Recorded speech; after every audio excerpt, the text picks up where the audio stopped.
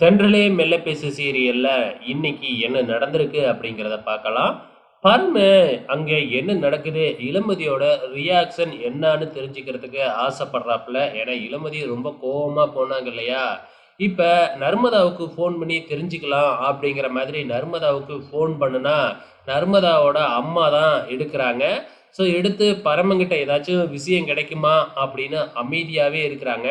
பரமனும் வந்து பார்த்தீங்கன்னா, சொல்ல ஆரம்பிக்கிறாப்புல. கரெக்ட்டா நர்மதா வந்துடுறாங்க. அதுக்கப்புறம் என்ன லீலாவதியால உண்மைய தெரிஞ்சுக்க முடியல. அதுக்கப்புறம் நர்மதா எங்க அம்மா தான் ஃபோன் கால்லாம் எடுத்து இப்ப பேசிக்கிட்டு இருந்தாங்க அப்படின்னு சொல்லிட்டாங்க. நல்ல வேளை எதுவுமே சொல்லல அப்படின்னு சொல்லிட்டு, அதுக்கப்புறம் வந்து பார்த்தீங்கன்னா, நம்ம பரம கேட்கறதுக்கு முன்னாடியே நம்ம நர்மதா இளமதியோட ரியாக்ஷன சொல்றாங்க. நல்லா ஒர்க் அவுட் ஆவுது உங்களோட பிளானு. இளமதி பயங்கரமா டென்ஷனா, கோவமாவும் இருக்கா அப்படின்னு சொல்லிக்கிட்டு இருக்கிறாங்க.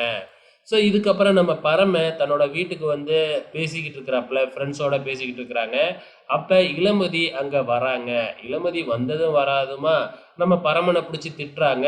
"என்ன பப்ளிக்ல இப்படிதான் நடந்துக்கிறதா 2 பேரும்?" அப்படின்னு சொல்லி திட்டிப்புட்டு, "நான் உங்களுக்காக தாம்மா வந்தேன் கமலாம்மா" அப்படின்னு சொல்லிட்டு ஒரு கிஃப்ட் எடுத்து குடுக்குறாங்க. அது ஒண்ணும் இல்லைங்க. ஒரு வாக்மேன் தான் குடுக்குறாங்க. ஸோ நீங்க சும்மா இருக்கிறப்ப உங்களுக்கு போர் அடிக்கும் இல்லையா? அதுக்காக வந்து நீங்க இந்த பட்டன அழுத்துனீங்கன்னா, நீங்க பாட்டு கேட்டுக்கலாம், செய்தி கேட்டுக்கலாம் அப்படிங்கிற மாதிரி சொல்லி ஆன் பண்ணி குடுக்குறாங்க. அதுல ஒரு நியூஸ் தான் ஓடுது. அதுல வந்து பார்த்தீங்கன்னா, ஒரு ஓவியர் வந்து பார்த்தீங்கன்னா, ஒரு தீவிரவாதியோட முகத்த வரைஞ்சு குடுத்து, அந்த தீவிரவாதிய புடிக்கிறதுக்கு உதவி பண்ணியிருக்கிறாரு.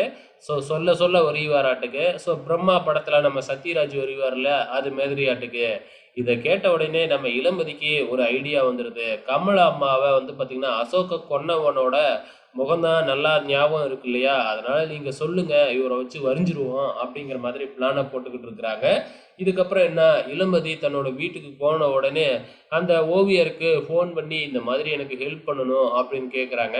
ஆரம்பத்துல அவரு முடியாது. "நான் வந்து ஒரு கம்பெனில ஒர்க் பண்றேன். அவங்க பர்மிஷன் இல்லாம வேற யாருக்கும் நான் வரையக்கூடாது" அப்படின்னு சொல்லிடுறாங்க. அதுக்கப்புறம் நம்ம இளமதி எப்படியோ கெஞ்சி கூத்தாடி அப்பாயின்மெண்ட் வாங்கிடுறாங்க. அதுக்கப்புறம் என்ன, "நான் காஞ்சிபுரம் 2 நாள் கழிச்சு வருவேன்" அப்படின்னு சொல்லிட்டு, "என்னோட அட்ரஸ நான் அனுப்பி வைக்கிறேன். காஞ்சிபுரம் அட்ரஸ. அங்க வாங்க" அப்படின்னு சொல்லிடுறாப்புல. இளமதிக்கும் பயங்கர சந்தோஷம். எப்படியும் அசோக கொன்னவன் யாருன்னு கண்டுபிடிக்கணும் அப்படின்னு தீவிரமா இருக்கிறாங்க நம்ம இளமதி. அது தெரியாம இந்த பக்கம் பரம வந்து என்னென்னமோ திட்டம் போட்டுக்கிட்டு இருக்கிறாப்புல. பொறுத்து இருந்து பார்ப்போம் அப்கமிங்ல என்ன நடக்க போகுதுன்னு.